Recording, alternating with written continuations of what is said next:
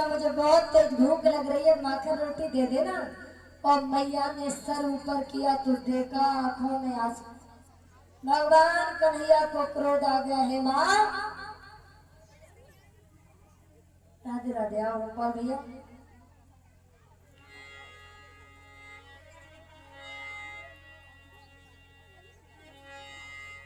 बैठ जाओ थोड़ी देर ना, वैसे भी तो तेरे पास कथा करने आए, तुम्हें टाइम ही नहीं मिला है।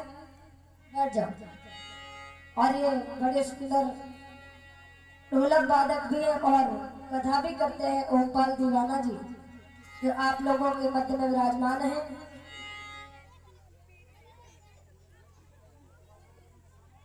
और इनकी तरफ से 101 रुपए का सम्मान आया है, एक बार जोरदार तालियां बजाइए। शाम को आना जरूर है। अब जैसे ही भगवान कन्हैया ने देखा कि मेरी मैया की आंखों में आंसू,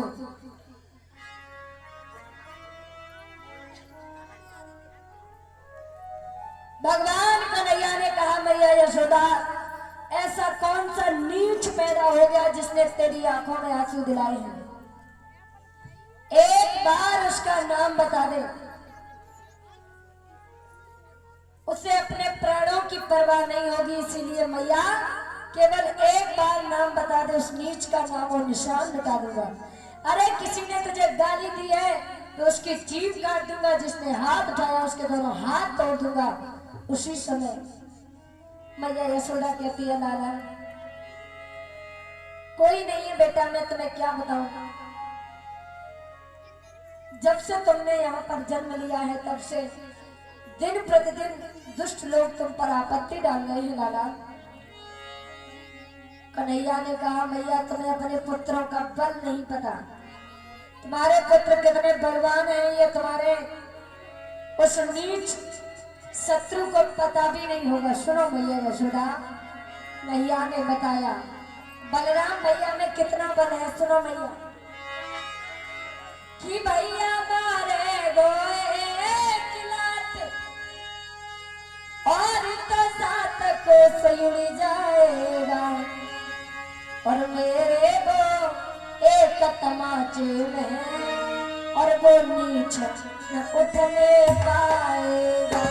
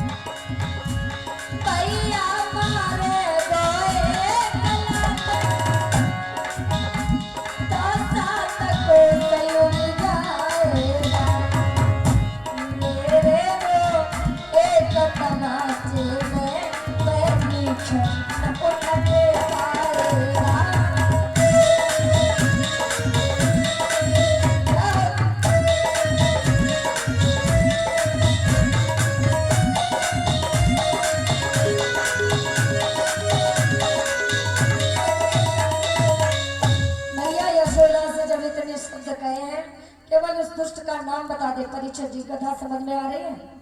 जैसे यशोदा मैया ने कहा कि लाला उस दुष्ट का क्या नाम बताए, पत्र दे दिया। जैसे ही पत्र पढ़ा, कन्हैया ने कहा लो। अरे यशोदा मैया, कंस ने अब तक हम इतनी साल के हो गए, 9 साल के होने के लिए जा रहे, तने राक्षस भेजे, क्या कोई बच के जा पाया है क्या? और तुम कंस के थोड़ी स्याही से कागज लिखे हुए से तुम इतनी डर गई? अरे क्यों रो रही, यहाँ से पहुंचो बिल्कुल। आज मैया को महाराज बिल्कुल शांत कराया और मैया से कहा तुम चिंता न करो भैया। भैया धर। मैया यशोदा से कहा तेरे लाला इतने बलवान है कि तीनों लोगों में किसी राक्षस की ताकत नहीं है जो तेरे लाला का बाल बांका कर सके, क्योंकि कंस ने क्या जन्म थोड़ी ना दिया, सब मारेगा। सुनिए, बचाने वाला है भगवान, मारने वाला है भगवान, बचाने वाला है भगवान।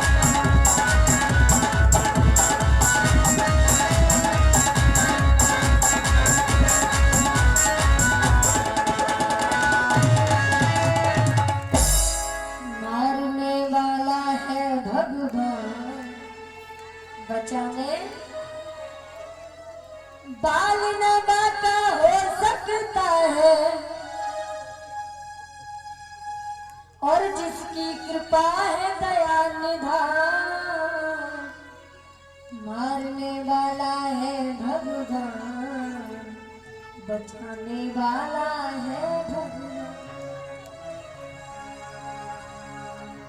श्री सुखदेव जी कहते हैं भगवान समझा रहे हैं अरे प्रभु की कृपा है तब तक कोई बाल वाका नहीं कर सकता। भैया चुप हो जाओ बिल्कुल। वीरों की माए कभी रुआ नहीं करती।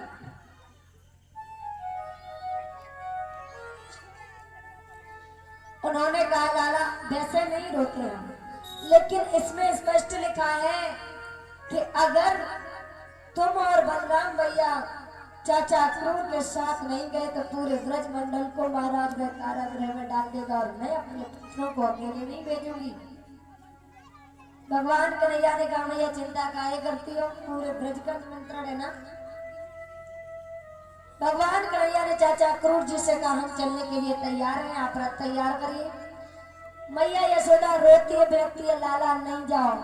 भगवान कन्हैया ने कहा माँ आज जा रहा हूँ, कल धनुष यज्ञ देख करके पूजा पाठ जो भी होगा परसों लौट आऊंगा मैं, चिंता न करिए कोई बाल वाका नहीं कर सकता।